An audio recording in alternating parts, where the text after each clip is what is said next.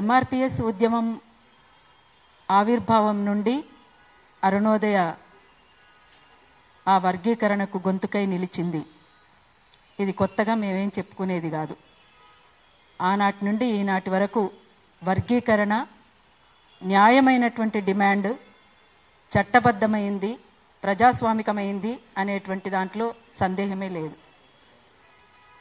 అది ఇప్పుడు చేస్తున్నటువంటి, అంటే నోటికాడికి వచ్చినటువంటి ముద్దను తన్నేస్తే ఎంత బాధగా ఉంటుందో ఆ బాధలో ఉన్నాం.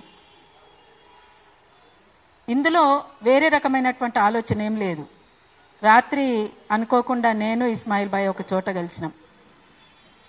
అక్కడ ఒక మాల సామాజిక వర్గానికి సంబంధించిన ఇంటెలెక్చువల్ అతను కలిసిండ్రు. ఆయన కూడా ఒప్పుకున్నాడు, దాన్ని ఒప్పుకోకుండా ఏం లేరు కొంతమంది, అందరు కాదు. కానీ బాధాకరమైనటువంటి అంశం ఏంటంటే, మొన్న కూడా చెప్పిన అన్న ముందట, చాలామంది ఎక్కడో తొడగొట్టాల్సిన వాళ్ళు ఇక్కడ తొడగొట్టుకోవటం, ఎక్కడో గుడ్డలు జింపుకొని మాట్లాడుకోవాల్సిన వాళ్ళు ఇక్కడ జింపుకోవటం, ఎక్కడో తిట్టాల్సినటువంటి వాళ్ళు అందరం ఒకటై మనం ఎవరి మీదనైతే యుద్ధం చేయాలనో వాళ్ళ మీద యుద్ధం చేయకుండా మనం కొట్లాడుకోవడం ఏంది అనేటువంటిది, ఒక ఇంత చిన్న విషయం ఎందుకు అర్థం కాకుండా పోతుంది వాళ్లకు అనేటువంటిదే మాల సోదరులందరికీ కూడా, మాలమిత్రులందరికీ కూడా నేను విజ్ఞప్తి చేస్తున్నది ఏంటంటే, మనం తన్నుకుంటే ఇంకొకరికి లాభం. ఆ లాభం మరి మనకు రావాల్సినటువంటి ఎవరెవరికి మేమెంతో మాకంత అనేటువంటిది న్యాయమైందే కదా. ఇంతకుముందు చంద్రకుమార్ సార్ చెప్పిండు, అందరూ దాదాపుగా అందరూ చెప్పిండ్రు, ఇంత విఠల్ కానీ తమ్ముడు, ఇప్పుడు రఘు కూడా కొన్ని విషయాలు. భూమి, నిజంగా భూమి మన చేతుల్లో ఉందా? లేదు. భూమి ఎవరి చేతుల్లోనైతే ఉంటుందో వాళ్ళ చేతుల్లోనే అధికారం ఉంటుంది అనేటువంటిది వాస్తవం. ఆ భూమి మన చేతుల్లోకి రావాలి అంటే మరి మనం ఏం చేయాలి? ఒక ధర్మయుద్ధం చేస్తున్నాం ఇక్కడ. అందుకే 16లో పెట్టినటువంటి ధర్మయుద్ధానికి కూడా అరుణోదయ అక్కడ పార్టిసిపేట్ చేసింది. ఆనాటి నుంచి ఈనాటి వరకు ప్రతి సందర్భంలోనూ ఇయ్యాల కూడా అది కేవలం, ఇంతకుముందు ఎవరో తమ్ముడు మాట్లాడినరు, కేవలం ఇది వర్గీకరణ కోసమే మాట్లాడలేదు. ఎంఆర్పిఎస్ అనేటువంటిది మానవ హక్కుల దండోరేస్తూ ముందుకు సాగింది. ఒకటా రెండా? ఇవాళ ఆరోగ్యశ్రీ వచ్చిందంటే మందకృష్ణన్న పూనుకున్నందుకే. ఇవాళ వృద్ధులకు కానీ పెన్షన్స్ సంబంధించింది కానీ, ఇంకా అనేక వికలాంగులకు సంబంధించినటువంటి అంశంలో కానీ, ఒకటి కాదు రెండు కాదు, అనేక రకాలుగా సామాజిక ఉద్యమాలు ఒక మానవ హక్కులను హరిస్తున్నటువంటి సందర్భంలో, మానవ హక్కులను కాలరాసి ఉంటున్నటువంటి సందర్భంలో, ఒక వివక్షతకు లోబడి ఉన్నటువంటి పరిస్థితులలో మనము ఏం చేస్తున్నాం అనేటువంటి దానికోసం కూడా ఆలోచిస్తూ మానవ హక్కులను దండోరేస్తూ ముందుకు కదిలినటువంటి ఉద్యమమే ఎంఆర్పిఎస్ ఉద్యమం. అందుకని ఆ ప్రతి ఉద్యమంలోనూ మానవ హక్కుల దండోరేస్తూ అరుణోదయ ఎంఆర్పిఎస్కు గొంతుకై నిలిచింది, ఈనాడు నిలుస్తుంది. అందుకే రేపు జరగబోయే దాంట్లో కూడా సంఘీభావ సాంస్కృతిక దండోరై కదులుతుందని చెప్పేసి కూడా తెలియజేస్తా ఉన్నాం.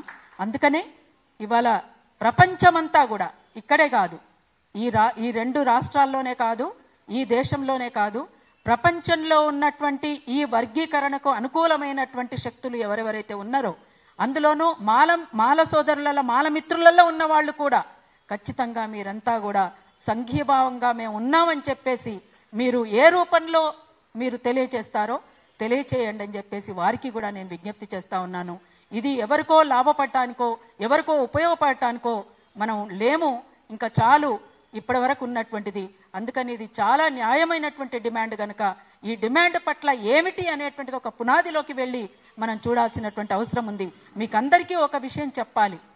మన కూతవేటు దూరంలో ఉన్నటువంటి దౌలతాబాద్ మండల్ సూరంపల్లి గ్రామంలో మొన్నటి వరకు కూడా చెరువులోకి దిగనటువంటి దళితులు ఉన్నారంటే నమ్ముతారా? బహుజన బతుకమ్మగా మేము తీసుకుపోయి అందులోకి దింపినాం. అది అవునన్నా కాదన్నా ఒక గొప్ప విప్లవాత్మకమైనటువంటి మార్పు అది. అసలు ఆ చెరువు మాది కాదు అనుకున్నారు. కాదనుకోవడానికి వాళ్ళు కాదు అనుకోవడం అనేది, అక్కడ ఉన్నటువంటి అగ్రకుల పెత్తనం అంతా కూడా అసలు మీరు చెరువులోకి దిగడానికి వీల్లేదు అని చెప్పినటువంటి పరిస్థితిలో వాళ్ళు దూరమైనరు. అసలు చెరువు అంటే ఏమిటి? గ్రామానికి అంతటికీ ఉపయోగపడటానికి కాదా? అది కొద్ది మందికి ఉపయోగపడటానికా చెరువు అనేది? చెరువు అనేది ఆ గ్రామ ప్రజలకందరికీ ఉపయోగపడటానికి. అంటే దాని అర్థం భూమి మన చేతుల్లో లేకపోవడం మూలంగా చెరువు మనది కాకుండా పోయింది. ఇది లింకప్ అయి ఉన్నటువంటి విషయాన్ని ఎందుకు ఆలోచించలేకపోతుండ్రు అనేటువంటిది కూడా మనం ఒకసారి ఆలోచించాలి. అందుకనే మిత్రులారా, తప్పనిసరిగా అంతిమ లక్ష్యం భూమి మన చేతుల్లోకి రావడమే అనేటువంటిదే. అందుకే ఇవాళ ఊరికి వెలుపల వెలివేయబడ్డటువంటి మన వాడలన్నీ కూడా ఊరు వాడలు కావాల్సినటువంటి అవసరం కూడా ఉన్నది. అందుకోసం ఇవాళ రేపు అంటే మందకృష్ణన్న ఆధ్వర్యంలో జరగబోయేటువంటి 1,00,000 డప్పులు 1000 గొంతుకలు, దానికి అరుణోదయ సంఘీభావ సాంస్కృతిక దండోరగా కదులుతుందని చెప్పేసి తెలియజేస్తూ, జై తెలంగాణ, జై మాదిగ, జై ఎంఆర్పిఎస్, జై మాదిగ దండోరా. Thank you.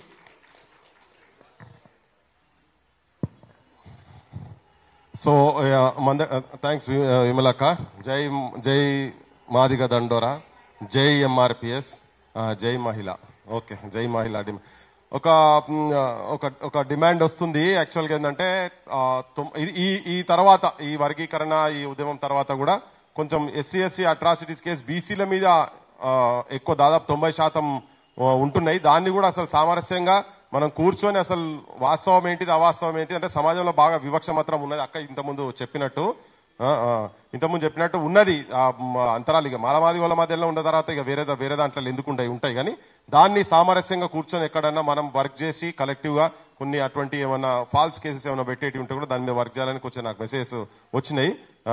దాని మీద చేద్దాం. ఈ లోపల ఒక 30 సెకండ్స్ పల్లవి అక్క పాడే ముందు ఒక 30 సెకండ్లు ఇంత ముందు రఘు చెప్పిండు కదా మాదాసి కురువా అని చెప్పి అంటే సమస్య కూడా లేవనెత్తిండు. సరే, అవన్నీ డీప్ గా కాకుండా దాని ప్రతినిధి ఒకరు ఇక్కడ మా తెలంగాణ ఎంప్లాయీస్ ఫెడరేషన్ నుంచి ఉన్నాడు అన్న, ఒక 30 సెకండ్సే. ఓకే. ఇది 16లో మహిళలు గుంజుకుంటే తప్పియ్యారు కదా. ఈ 16లో మేము ధర్మయుద్ధం అన్న ఆధ్వర్యంలో జరిగినటువంటి సభలో పాడినటువంటిది రచన మిత్ర. మనమెంతో మనకంతా పిలుపులోన సమత, కలిమిలేములు మార్చా కావాలి ఒక కొలత. మనమెంతో మనకంతా పిలుపులోన సమత, కలిమిలేములు మార్చా కావాలి ఒక కొలత. కలిమిలేములు మార్చా కావాలి ఒక కొలత. దండోరేసి చాటాలి మాదిగ మహజనులారా, దండోరేసి చాటాలి మాదిగ మహజనులారా. మన హక్కుల దండే గట్టాలి, సామాజిక న్యాయం దక్కాలి. మనమెంతో మనకంతా పిలుపులోన సమత, కలిమిలేములు మార్చా కావాలి ఒక కొలత. కలిమిలేములు మార్చా కావాలి ఒక కొలత. కావాలి ఒక కొలత.